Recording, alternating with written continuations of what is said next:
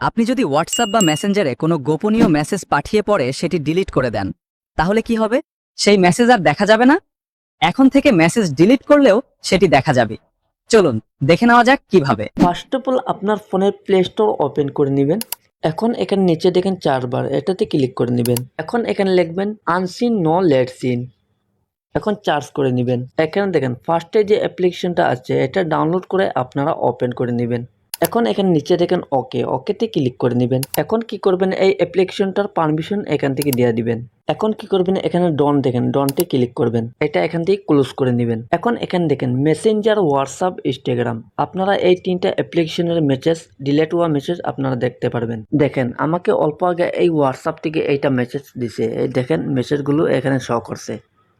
আপনারা এই অ্যাপ্লিকেশনটা ডাউনলোড করে আপনারা কোনো গোপনীয় মেসেজ দেখতে পারবেন।